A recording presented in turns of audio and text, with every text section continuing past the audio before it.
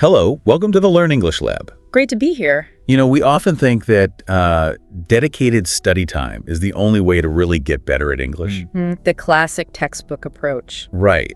But what if your everyday morning routine could actually be, well, just as powerful, maybe even more so? That's an interesting thought, using what you already do. Exactly. We're going to explore how you can weave English learning into those habits you already have. Make it natural, effective, maybe even kind of fun. Turning routine into opportunity. I like it.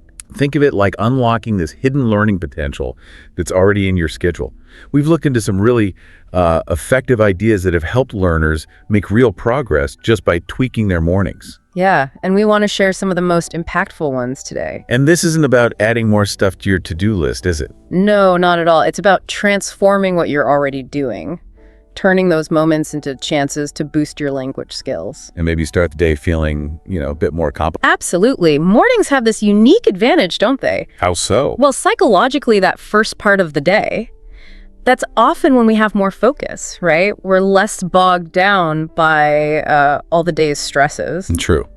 Mind feels a bit clearer. Right. So it's a really good time for absorbing new things, building good habits. And for English learners, using that morning window means you're practicing when your mind is generally more open to it. Makes sense. So language learning becomes less of a chore. Yeah, more like just part of the flow of your morning. Okay, so let's dive into the first habit then. Starting your day with English affirmations. Now, I gotta say, that sounds maybe a little simple. Almost too simple. Why does it actually work? Well, what's really interesting here is the idea of self-efficacy. Believing you can do it. Exactly. Affirmations, those like simple positive statements you repeat, they're more than just wishful thinking. They actually help build your confidence. They reinforce a positive attitude towards learning. And when you say them in English, you're not just shaping your beliefs about your skills, you're also getting some early practice with pronunciation, with vocabulary. So it's practical too. Definitely. Especially for beginners, people who might feel a bit shaky about speaking. It's like gently priming your brain for success right when you wake up. That makes a lot of sense. So how can you, our listener, actually start doing this? It's surprisingly straightforward. First, pick a few positive sentences, things that feel right for you. Like what? Give us some examples. Okay, maybe something like, I am improving my English every day, or I am becoming a more confident English speaker. Simple stuff. Got it. Then find a mirror, look yourself in the eye, and say them out loud, clearly. Out loud is important. Yeah, I think so. Pay attention to how the words sound, how they feel. You could even record yourself sometimes. Oh, that's a good idea to track progress. Exactly. It can give you some surprising insights. Aim for maybe 3 to 5 affirmations. Repeat them daily, just for a couple of minutes. 2 or 3 minutes, that's manageable. Totally. And as you get more comfortable, maybe try slightly more complex sentences. We actually heard a really great story about this working for someone.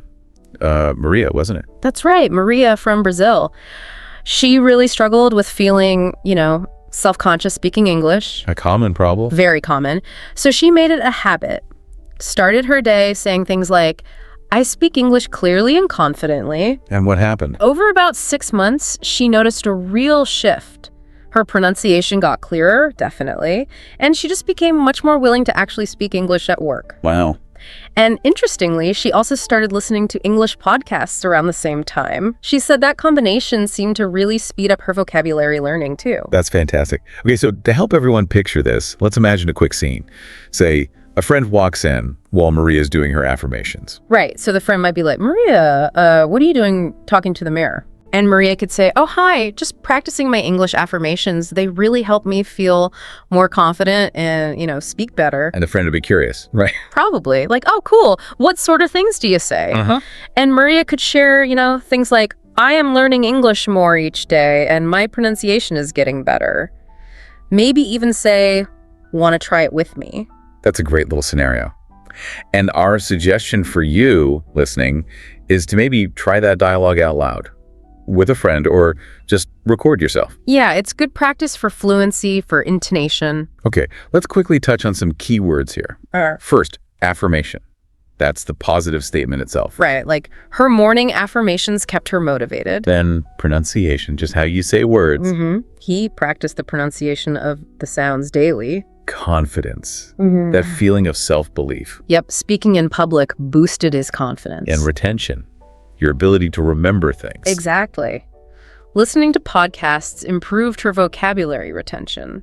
Understanding these isn't just about vocab, is it? It's about the learning process itself. Absolutely. Foundational concepts. All right, let's move on. Habit number 2, listening to English while you make breakfast. The multitasking habit. Yeah. What makes this one so effective? Well, the beauty of it is the effortless exposure. You're doing something routine like cooking or making coffee. Right, something you do anyway. Exactly. And you have English audio playing. You're just passively absorbing the sound, the rhythm, the intonation of the language. Soaking it in? Pretty much. You'll hear common phrases, maybe pick up some slang, all without that feeling of, intense study pressure. It just fits right into your morning. Okay, so for listeners wanting to try this, what's the best way to go about it? Key thing is choosing content that's engaging but also accessible for your level. So not too hard. Right.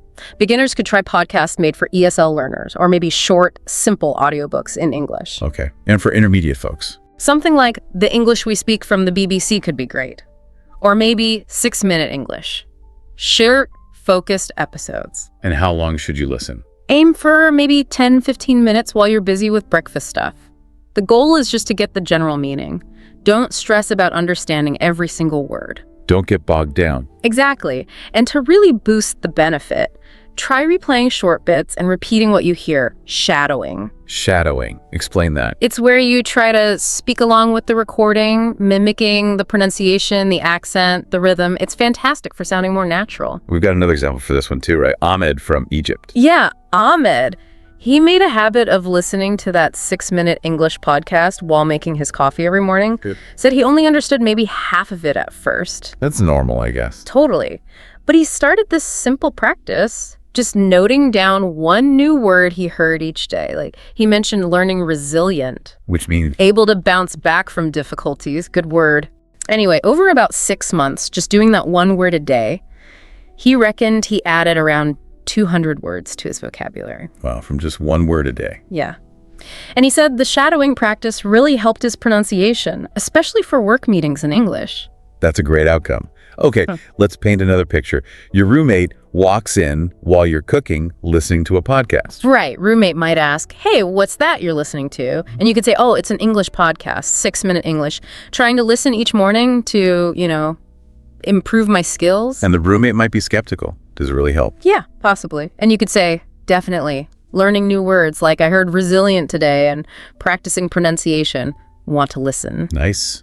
Might even get your roommate interested. Sounds good. Maybe tomorrow. Exactly. So a practical tip here could be to pause the audio, repeat a sentence out loud. Great idea. Or jot down one phrase you liked and try to use it later. Good one. Okay, vocab time again. Comprehension. Understanding what you hear or read. Yep. Her daily listening improved her English comprehension. Resilient. That adjective, able to recover quickly. He was resilient and kept practicing despite mistakes. Good quality for a language learner. Definitely. Shadowing. The mimicking technique. Shadowing helped her improve her accent. And rhythm. The flow and pattern of speech sounds. English has a unique rhythm that she practiced daily. Getting that rhythm right makes a huge difference. It really does help you sound more natural. Okay, habit number 3. Journaling in English for, say, 10 minutes. Writing practice. Why is this so helpful first thing in the morning? Journaling is fantastic. It gets you actively using the language, practicing grammar, finding the right words, putting sentences together coherently. And it's private, right? Less pressure. Exactly. It's a low-stakes environment. You can experiment, make mistakes. Nobody's judging, just you and the page. Good point. And for more advanced learners, it can even be like a creative outlet in English. So how should our listeners approach this? Just sit down and write. Pretty much. Set aside just 10 minutes. Write about your plans, how you're feeling, maybe a specific topic like what I'm grateful for today. What about different levels? Beginners versus advanced? Beginners can start super simple. Today is Tuesday. I feel happy. I will go to work, stuff like that. Okay. Intermediate or advanced folks can describe things in more detail, use more complex sentences. The key is just doing it consistently. Consistency again. Always. Yeah. And reviewing your entries later is really useful. Maybe use a tool like Grammarly. Or get feedback. Yeah, ask a teacher or a language partner to look at it sometimes. Get some constructive comments. We heard about Sophia from Spain doing this, right? Yes, Sophia. She started journaling about her daily goals. Really basic sentences at first, like, I wake up, I study English. But within about 3 months of doing it every day, she was writing these detailed paragraphs about her dreams, her travels, using much more complex language. Wow, 3 months. Yeah, consistent practice. And it really paid off. She had a job interview in English. Now the real test. Totally. And she said the journaling habit helped her articulate her thoughts so much more clearly and confidently during the interview. She got the job. That's brilliant. Okay, quick scenario. You see Sophia writing early one morning. You might ask Sophia, what are you writing so early? Yeah. She could say, oh, just journaling in English. It's part of my morning routine to practice writing. You'd ask what she writes about. Sure. What sort of things do you write? And she might say, today I wrote about my goals for the week. It helps me think in English, and improve my grammar. Could be inspiring. That's a great idea. Maybe I should try it. Exactly. So a good tip is maybe sharing an entry sometimes with a language partner. Definitely. Get feedback and then practice talking about what you wrote. Combines writing and speaking. Nice. Okay, quick vocab recap. Journal, the notebook itself, or the act of writing. She kept a journal to track her English progress. Coherent, logical and clear. His journal entries became more coherent over time. Articulate, to express thoughts clearly. She could articulate her ideas confidently after journaling. And feedback, helpful comments. The teacher's feedback helped her fix grammar mistakes. That reflection in writing really cements things. Okay, habit 4 focuses on talking. Practice speaking with a language partner. Crucial step. Why is actually speaking so important, especially in the morning? Well, speaking practice is where it all comes together, isn't it? It forces you to actively use the language in real time. No hiding behind a screen. Right. It builds confidence like nothing else, improves your fluency, that smooth flow, and exposes you to how people really talk, the nuances. And doing it in the morning gets your brain working in English mode right away. Exactly. You start the day actively using the language. So for listeners wanting to find a partner, where should they look? Oh, there are tons of great platforms now. italki, Tandem, HelloTalk apps and websites designed for language exchange. Okay. Find someone, set up a regular chat time, maybe 10-15 minutes each morning. Keep it simple at first. Talk about your day, your routine, hobbies. Get a casual chat. Yep. And if your partner agrees, maybe record the conversation sometimes. Why record? So you can listen back later, catch things you missed, check your pronunciation, grammar. It's really insightful. Good point. We heard about Lee from China doing this. Yeah, Lee. He connected with an American student on Tandem. They chatted for like 15 minutes each morning, just about daily life stuff. Through that, Lee learned lots of natural phrases like hit the ground running, to start something energetically, enthusiastically. Oh, nice one. And his partner gave him feedback, helped him correct his pronunciation of words like schedule. That personal feedback is valuable. Incredibly. And that consistent morning practice really helped him pass an English proficiency test for university. Fantastic result. Okay, let's imagine Lee's morning chat. Partner might start, morning, Lee's. How's your day starting? I'm Lee. Could say, morning, woke up early, did some affirmations, now I'm ready to hit the ground running, using the new phrase. Nice. Partner, love that phrase. What's the plan today? Lie, got classes, then more English study. You, partner, heading to work soon, let's chat again tomorrow. Simple, effective practice. So a tip could be preparing a few questions beforehand. Yeah, definitely helps keep the conversation flowing, avoids awkward silences. Good idea. Vocab check. Fluency. Speaking smoothly and easily. Morning conversations improved her fluency. Proficiency. High level of skills. She passed the proficiency test after months of practice. Hit the ground running. That idiom for starting energetically. She hit the ground running with her new English routine. And feedback. Again, those helpful comments. His language partner's feedback was invaluable. Conversation is really the bridge, isn't it? From knowing English to using English. Absolutely. Okay, habit 5. Reading English news or blogs. Getting input through reading. Why is reading so beneficial, particularly in the morning? Reading just exposes you to so much language and context. Formal stuff in news, informal stuff in blog. Different styles. Exactly. You see new words, how sentences are built correctly. It boosts your vocabulary, reinforces grammar, and helps you understand how language changes depending on the situation. And cultural insights too, maybe. Definitely. You learn a lot about culture through reading. So how can listeners best incorporate this into their mornings? Choose material that's right for your level. Beginners could use simplified news, like from BBC Learning English. Okay. More advanced learners can tackle The Guardian, Medium blogs, whatever interests them.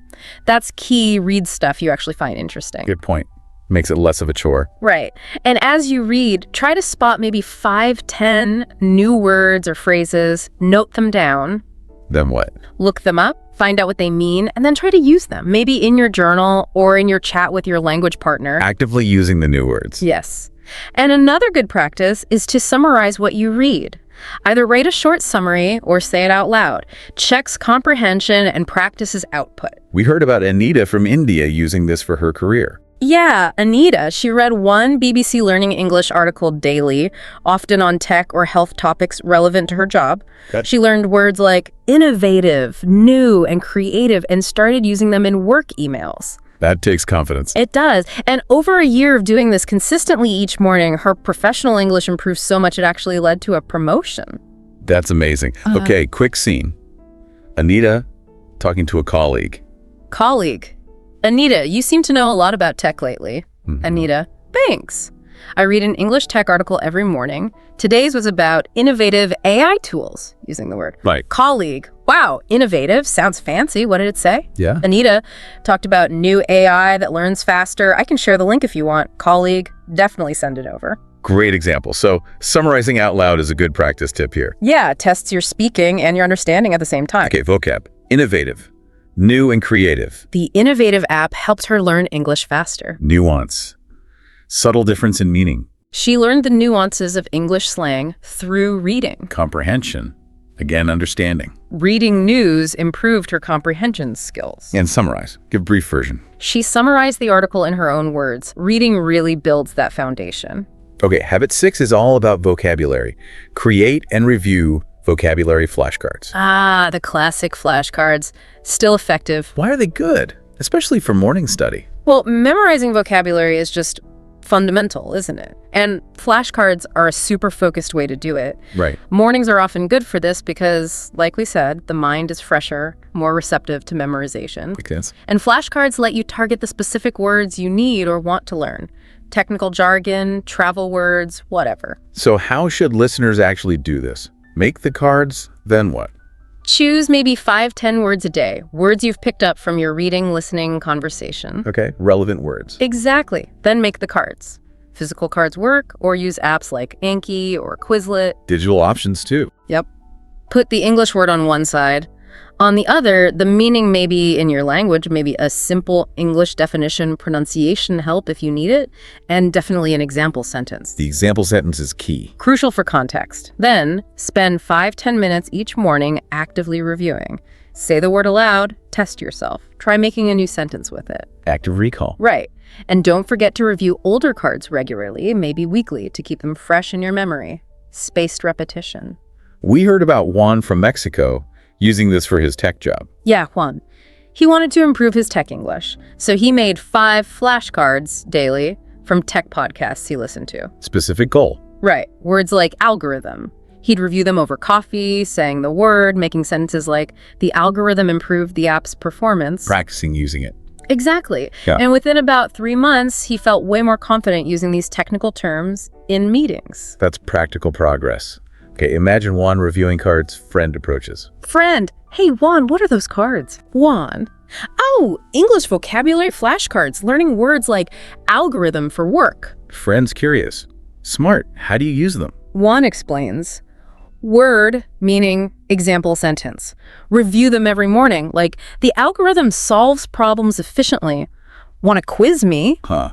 Turning it into practice. Sure. What's algorithm? Exactly. So a good tip is quizzing someone else or having them quiz you. Yeah, it makes it more interactive, solidifies the learning. Okay. Vocab check. Algorithm. Those steps for solving problems, often in computing. The new algorithm made the website load faster. Retention. Remembering things. Reviewing flashcards improved his vocabulary retention. Jargon. Special words for a profession or group. She learned medical jargon to communicate with doctors. And reinforce to strengthen something. Daily practice reinforced her English skills. Flashcards really help move words into your active vocabulary. Okay, habit 7's a bit different. Practice English through guided meditation.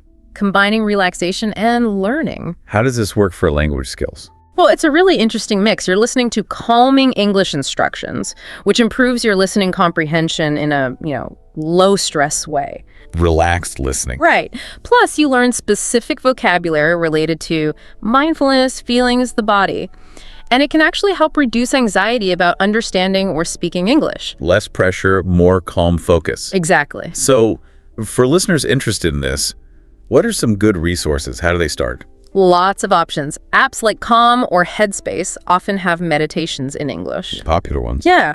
Or just search YouTube. Loads of free guided meditations in English, often labeled for beginners. Good tip. Listen actively for 5-10 minutes.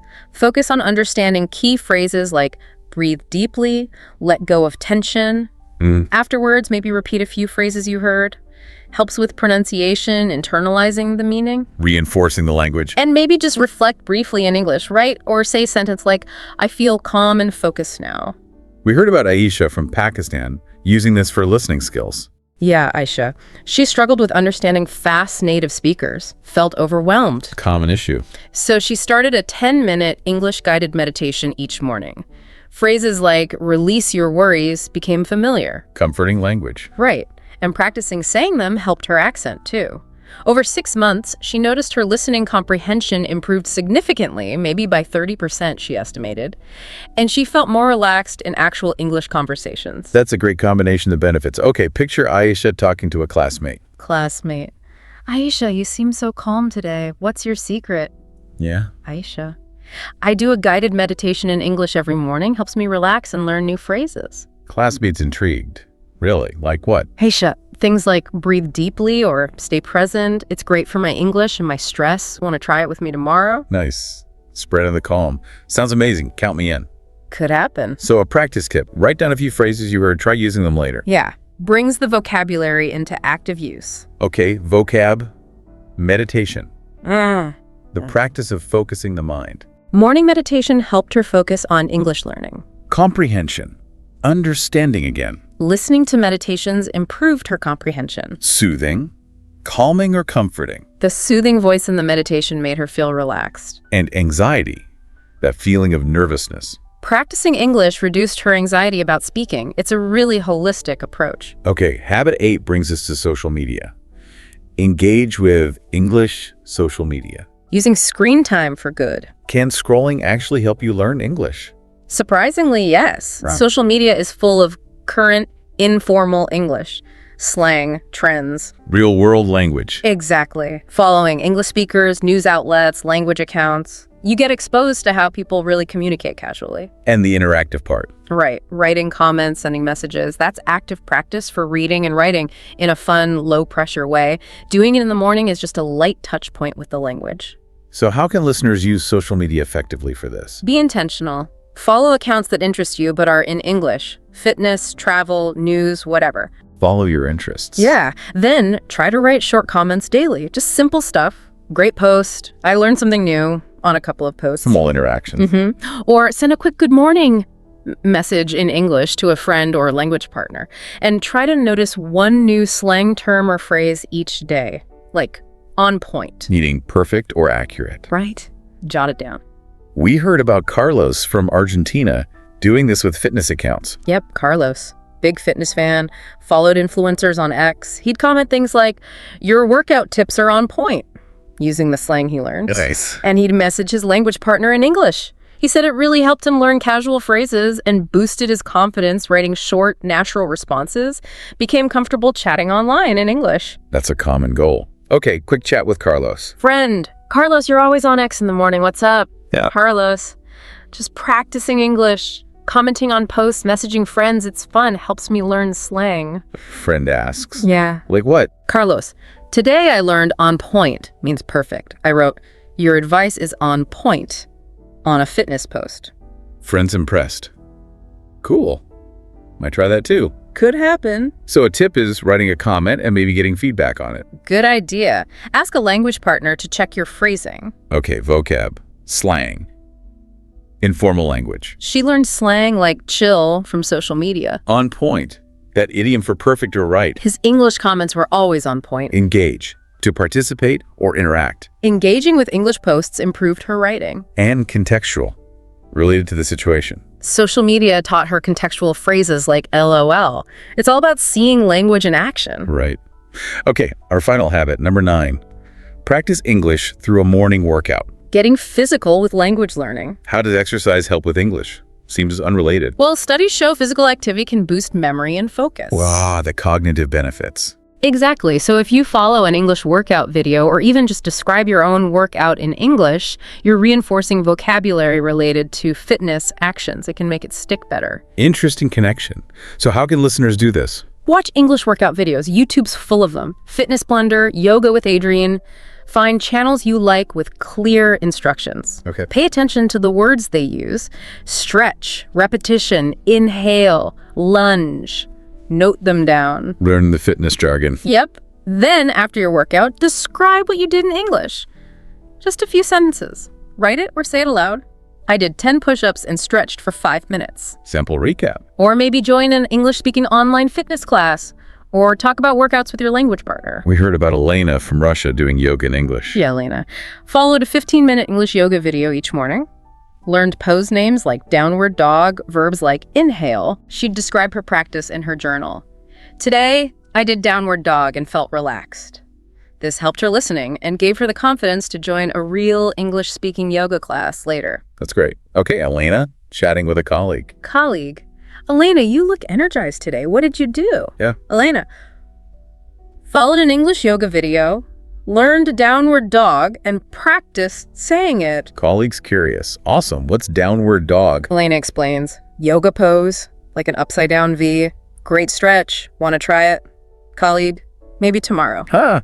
Love it. So the tip is maybe recording yourself describing your workout. Yeah, listen back for pronunciation, fluency, good self-check. Okay, final vocab check. Stretch, extending limbs. She stretched every morning to stay flexible. Repetition, doing an exercise multiple times. He did 15 repetitions of push-ups, often shortened to reps. Ah, good point. Inhale, breathe in.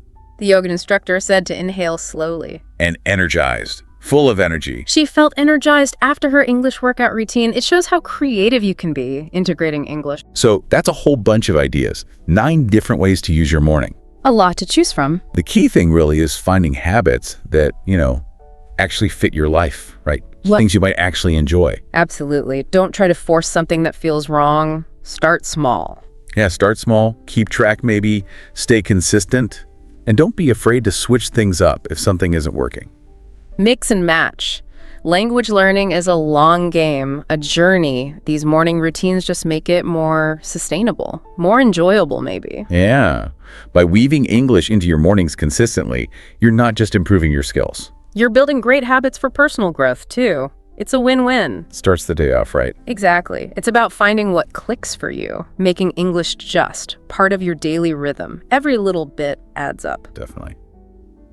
Well, if you found these tips useful and you're looking for more ways to boost your English, please do like, share, and subscribe to this YouTube channel. We'll have more insights and practical advice coming your way. Hello, welcome to the Learn English Lab. Welcome to the deep dive. Hello.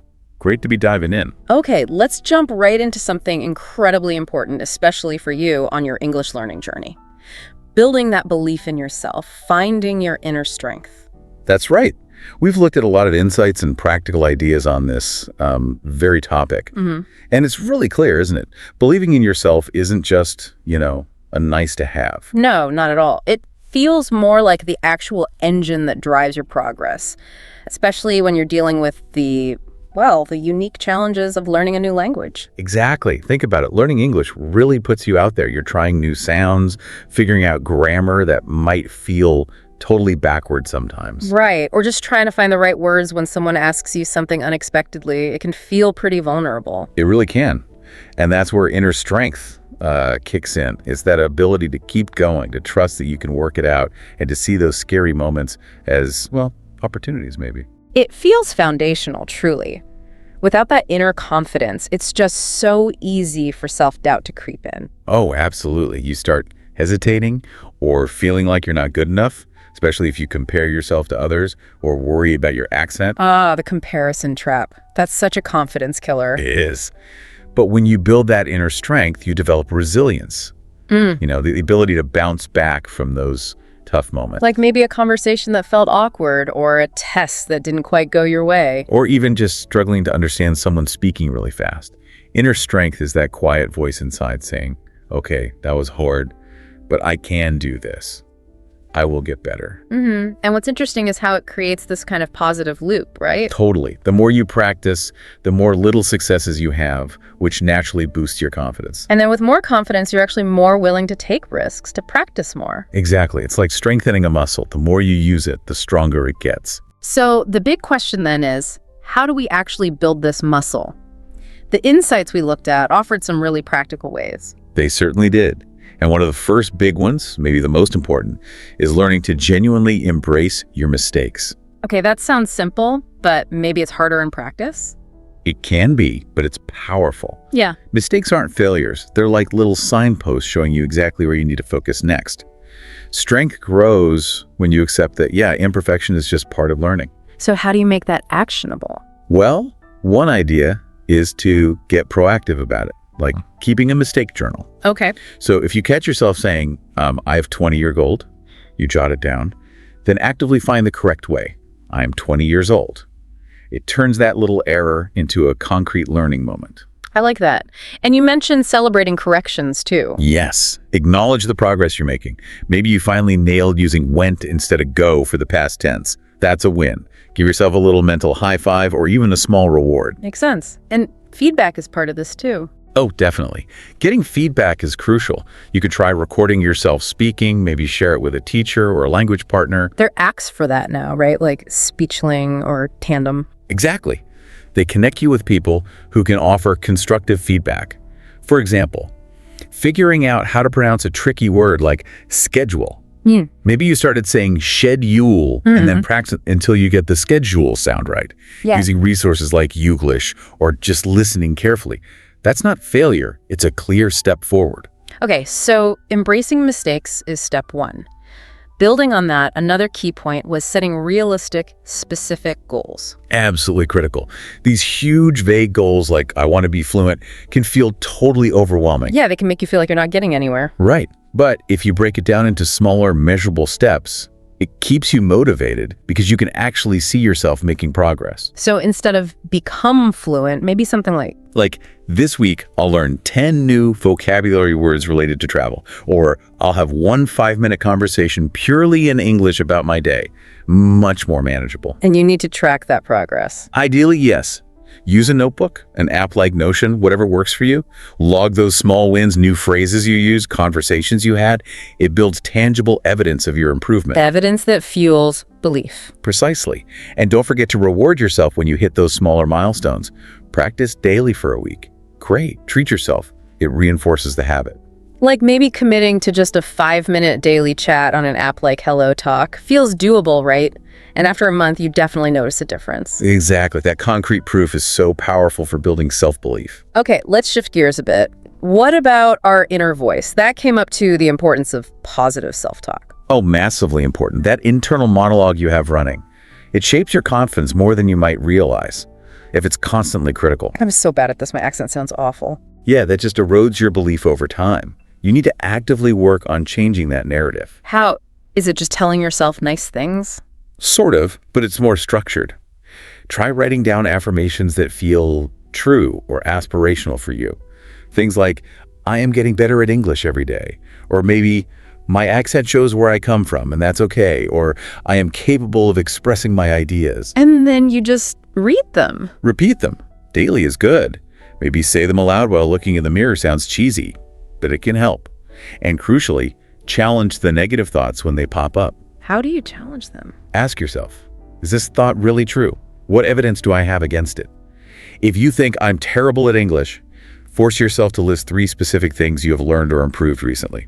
That sounds like a powerful technique, like before a speaking test instead of freaking out. Exactly. You can tell yourself, okay, I've prepared for this. I know my stuff. I can get my ideas across clearly. That internal shift can genuinely change how you perform and feel. Right.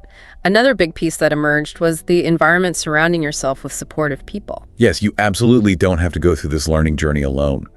Having encouragement from others can be a real lifeline, especially when you had a rough patch. So finding your tribe, so to speak? Kind of.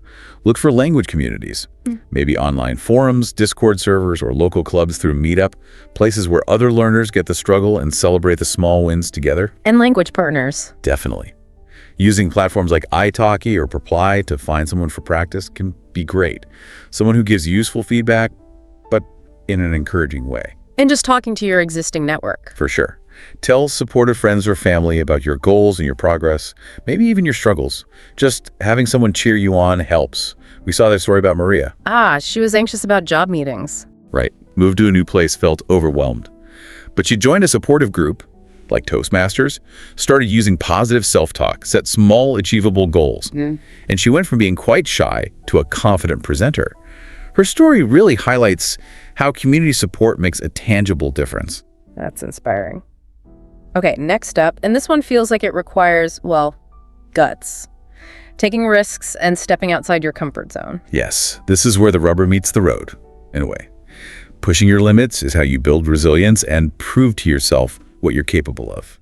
So actually using English in the real world, even if it's scary. Exactly. Even if it makes your palms sweat, it's incredibly empowering when you do it.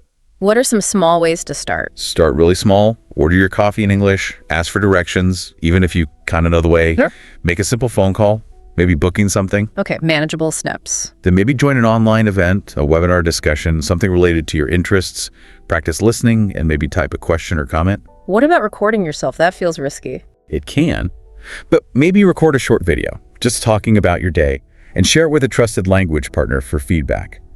Speaking in front of others is the big fear. Start super small. Introduce yourself in English at a tiny group event first, then work your way up. Like Priya, the developer you mentioned. Yeah, her story was great. She was scared of fast native speakers and video calls for work. But she intentionally put herself in those situations, used tech tools like Elsa Speak to practice pronunciation, and joined a technical English group. Taking those risks, even when awkward, really boosted her confidence. It seems like a core belief underlies all of this, something about mindset. Absolutely. Developing a growth mindset. This is fundamental. Define that for us. It's the core belief that your abilities, including language ability, aren't fixed. They can be developed through dedication and hard work. It's that crucial shift from I'm bad at English to And I'm not good at English yet, but I'm working on it and getting better. precisely. That yet is powerful. So how do you cultivate that? Look for inspiration. Read stories of people who successfully learned English. You can find these online. Notice the effort they put in. Focus on your own process and effort, not just the immediate results. Progress often happens gradually. Right, it's not always linear. Not at all. And try to reframe challenges. When you hit something difficult like complex grammar or understanding fast speech, don't see it as proof you can't do it. See it as an interesting puzzle, an opportunity to learn something new. So if verb tenses are driving you crazy, Dedicate maybe 10 minutes a day just to focusing on one specific tense until it starts to click. Break it down. Ahmed's story fits here too. He was insecure about his pronunciation. after being teased. Yeah.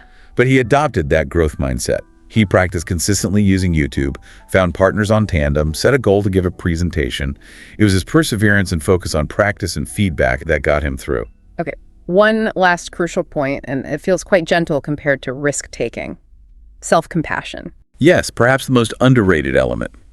Being kind to yourself is essential, especially when you're struggling or make a mistake. Treat yourself like you'd treat a friend in the same situation. With understanding, not harsh criticism. Exactly. Acknowledge the effort you put in, even if the result wasn't perfect. Okay, I studied for an hour today, or I tried speaking for 20 minutes.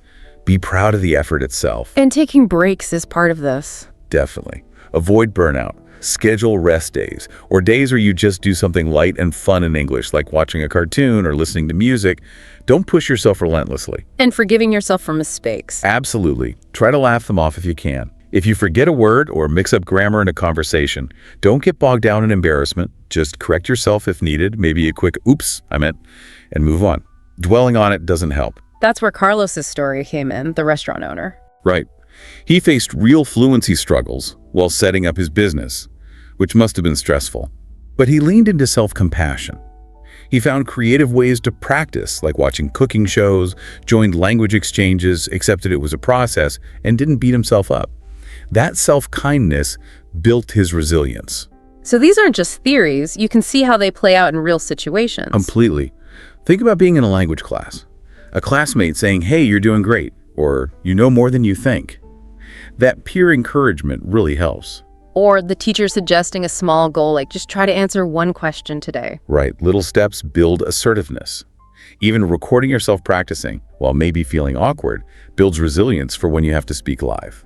What about something high stakes, like a job interview in English? Preparation is key there, which is itself an act of building belief.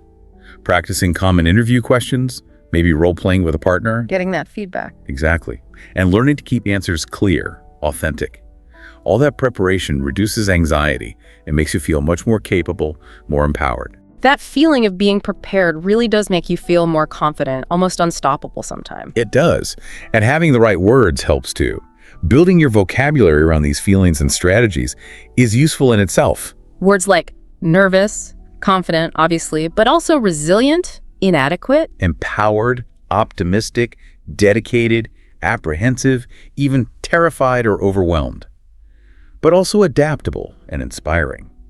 Knowing these words helps you name your experience. You could even practice using them, maybe write about your own journey. Great idea. And there was specific exercises suggested too, right? Practical things people can do. Yeah, like the Mistake to Mastery Challenge, actively turning errors into learning points. And affirmation mirror talk, making that positive self-talk a concrete daily habit. Role-play conversations for practicing those comfort zone stretches in a safe way. Vocabulary flashcards for the belief-related words we just mentioned. And things like a listening and speaking challenge to integrate skills. So really bringing this all back to you, the listener. This whole deep dive into self-belief, it's not just theory. Not at all. It's a practical toolkit. These are actionable steps you can genuinely start using today in your English learning. Remember, every single effort counts. Every word you look up, every awkward conversation you push through, every mistake you notice and correct, it's all moving you forward. Start by consciously trying to cultivate that belief in yourself. Let that inner strength be your guide. Exploring these ideas in depth like this, we hope, is really valuable for your growth. Please like, share, and subscribe to this YouTube channel. And as you think about what comes next for you, here's a final thought to consider. If believing in yourself truly is the spark, what's one small action, just one tiny step, you could take today to ignite that spark and nudge yourself just an inch outside your English comfort zone? Hello, welcome to the Learn English Lab. Hello, great to be here. Today we're diving into something everyone's looking for, right? Happiness. That's right. And specifically, we're looking at a guide designed for English learners. How to understand happiness, how to achieve it. And importantly, how to talk about it in English. Exactly. This isn't just about, feeling good momentarily. No. It's deeper.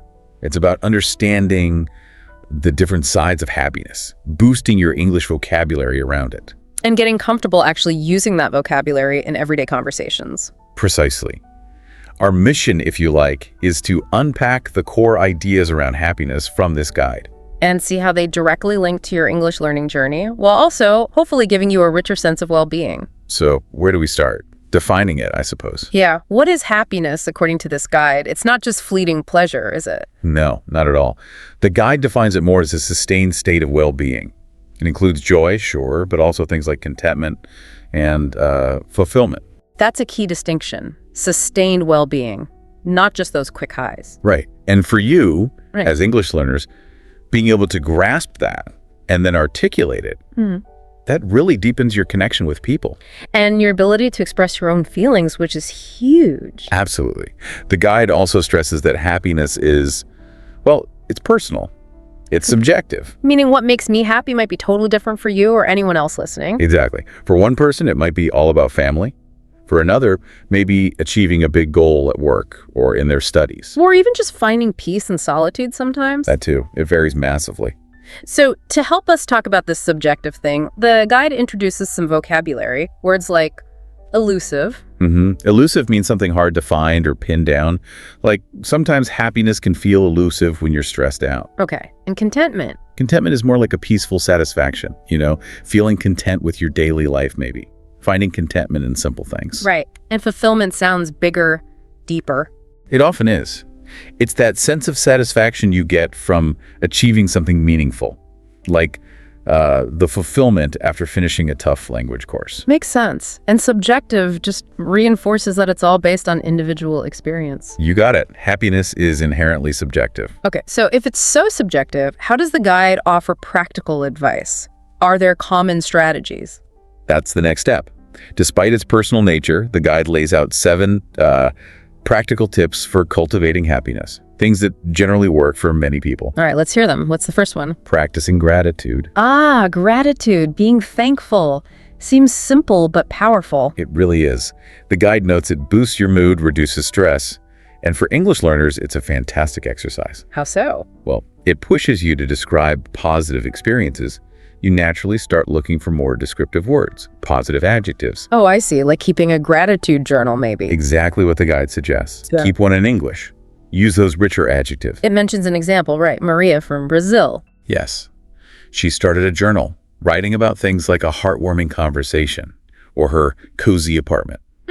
Delicious coffee, too, I think. That's the one. And she found it didn't just make her feel better, it genuinely improved her English writing and confidence. That's brilliant. So the act of naming the good things in English helps solidify the feeling and the language. Precisely. So a quick tip for you listening. Maybe jot down 3 things you're grateful for right now and try using some new adjectives to describe them. Good idea. Okay, tip number 2. Building strong relationships. Human connection. A cornerstone, really. Essential for happiness. Absolutely. And for language learners, it's gold. Pure conversation practice. You learn so much about cultural nuances, too. Things you just don't get from books. Right, and it builds confidence like nothing else. The guide suggests joining English-speaking groups, practicing simple greetings, asking opening questions. Just getting started. It mentions Ahmed from Egypt. It does. He joined an online conversation club, started simple, and apparently it made a huge difference to his fluency and his overall happiness. He even started using phrases like, "I really appreciate your advice." That shows real progress and comfort. There's also that little cafe chat example, Anna and Liam. Yeah, just showing a natural conversation, how friends lift each other's moods. They use simple, useful phrases like, "It's great to see you." How's everything going? Stuff you use all the time. And they even talk about trying a gratitude exercise together, linking back to the first tip. Nice connection. And vocabulary here, cornerstone you mentioned. Right, like trust being a cornerstone of friendship, also nuances those subtle differences in meaning. Crucial for higher level understanding. And acquaintance. Just someone you know casually, not a close friend, maybe someone from your language exchange, and acquaintance. Got it. Okay, tip 3 is about goals. Pursuing meaningful goals. That sense of purpose it gives you. Which definitely fuels happiness. And for English learners, language goals are right there, aren't they? Totally. It's inherently motivating. The guide recommends the SMART framework for setting goals. Specific, measurable, achievable, relevant, time-bound, good framework. Very useful. And we see Priya from India using it. Her goal was passing an English exam. And she broke it down, took steps. And felt that huge joy and confidence boost when she achieved it. It shows how working towards something concrete pays off. A great example. So, setting a clear, SMART goal for your English learning could be a good takeaway activity here too. Definitely. All right, number 4, body and mind. Taking care of your body and mind. Physical and mental health. They're fundamental. You can't really feel happy or learn effectively if you're run down or stressed out. Yeah, exactly. When you feel good physically and mentally, learning just clicks better. So what's the tip here for English learners? Try short mindfulness exercises, perhaps guided ones in English, and then try describing how you feel afterwards. Oh, interesting. Builds a vocabulary around feelings and states of being. And there's Carlos from Mexico. He started jogging while listening to English podcasts about health and well-being. Multitasking. Exercise and listening practice. Yeah, and he picked up phrases like keep it up and stay motivated, boosting his mood in his English. Cool.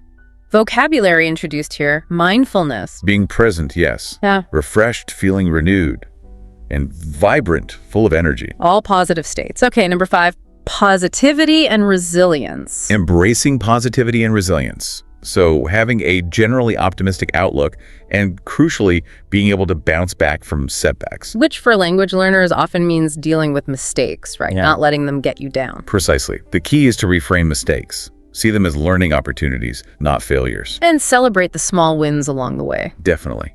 Huh. We hear about Elena from Russia who struggled with pronunciation. But she didn't give up. No, she watched movies, mimicked actors, joined a class.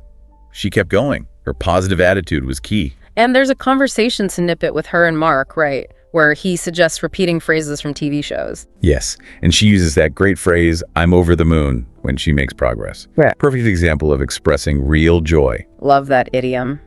Vocabulary here. Resilience, obviously. The ability to bounce back, reframe, changing how you view something, and setback, a temporary hurdle. All very relevant for learning. Okay, number 6 is about small moments. Finding joy in small moments. Recognizing that happiness isn't always about the big stuff. It's often in the everyday, the little things. Exactly. And for learners, taking the time to describe these small moments in English, it deepens your appreciation and your language skills. By using sensory words. That's the suggestion. Describe what you see, hear, smell, taste, touch. We have Lynn from Vietnam journaling about chirping birds or feeling serene on a walk. Noticing and naming those details makes them more real somehow and builds vocabulary. It really does. So, another quick practice idea. Describe a small, joyful moment from your day using sensory language. Nice. And the final tip, number 7. Give back to others, helping people. The feel-good factor of doing good. It creates purpose, connection. It's powerful. For English learners, maybe this means helping another learner practice. Or tutoring, like the example of Javier from Spain. Exactly. He tutors younger students and finds real fulfillment in their progress. Yeah. He uses simple, helpful phrases like, "How can I help you?" There's also a little dialogue where he's teaching happiness phrases. Yes, with his student Sophia, they practice, "I'm thrilled," and "I feel on top of the world." Great expressions. And the vocabulary focus is fulfilled, kindness, and purpose. All tied into that act of giving back. Okay, so those are the 7 tips. The guide then moves into actually expressing happiness in English, right? Giving us specific phrases. Yes, some really common and useful ones. You mentioned, "I'm over the moon" already. Right, for big successes. What else? "I'm thrilled." Usually for exciting news. "I feel on top of the world" for moments of great joy. I'm beaming when you're visibly happy, smiling a lot. And "I'm in high spirits," just generally feeling cheerful and positive. Those are fantastic. Having a range of ways to say I'm happy is really useful. Definitely adds color to your English. The guide suggests trying to make a short dialogue using a few of these. Good practice. And it doesn't stop there. There's an expanded vocabulary list, too. Oh yeah, a whole bunch of words to describe different shades of happiness, like bliss, cheerful, serene, exuberant. Radiant, uplifting, optimism, thriving, delight. Quite a list. It really shows the richness of English for expressing positive emotions. Absolutely.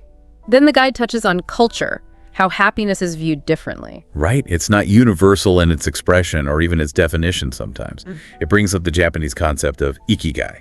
Finding purpose through passion, skill, contribution, that intersection. Exactly. And it mentions Lynn, a learner who shared ikigai in her English class, sparking a great discussion about cultural views on fulfillment. That's fascinating. A good reminder that our own cultural lens shapes how we see happiness. For sure. The guide suggests maybe researching a concept of happiness from another culture as an exercise. Interesting homework. And then happiness in media, books, movies. Yeah, looking at how stories explore happiness. It mentions the Happiness Project book and the movie The Pursuit of Happiness. Both powerful examples. And good sources for vocabulary like perseverance and hope. Definitely. The practice idea is maybe watching a short English film clip about happiness and summarizing it. Good listening and speaking practice. Finally, there's an advanced conversation example. Yes, between May and Sam in a park. And it shows a more complex discussion, weaving together many of these ideas. Talking about small moments versus big wins, cultural differences. Using more sophisticated vocabulary too, like exhilarated, serene moments, savored, heartwarming, cornerstone, blissful. It shows where your English conversations can go as you become more fluent in discussing these topics. It's a great model for higher level learners. So wrapping this all up, it feels like the secret to happiness, according to this guide, isn't one big secret at all. No, it's more like a collection of intentional actions, habits, mindsets. Things you can actively build into your daily life. Exactly. And for you learning English, Focusing on these isn't just about feeling happier. It directly improves your language skills. It gives you real, meaningful things to talk about. You learn to express emotions, share experiences, connect more deeply. It all works together. So, by practicing gratitude, building connections, working towards goals, taking care of yourself, Embracing positivity, enjoying small moments, giving back, you're cultivating happiness and becoming a better English speaker. two birds with one stone, really. Yeah, if you could say that. Remember, this guide we've discussed is just a starting point. Keep exploring these ideas. And keep practicing your English as you do. It's a journey. Absolutely. And if you found this deep dive helpful and insightful, please do like, share, and subscribe to this YouTube channel. We'll have more language learning content for you. Thanks for joining us on the Learn English Lab.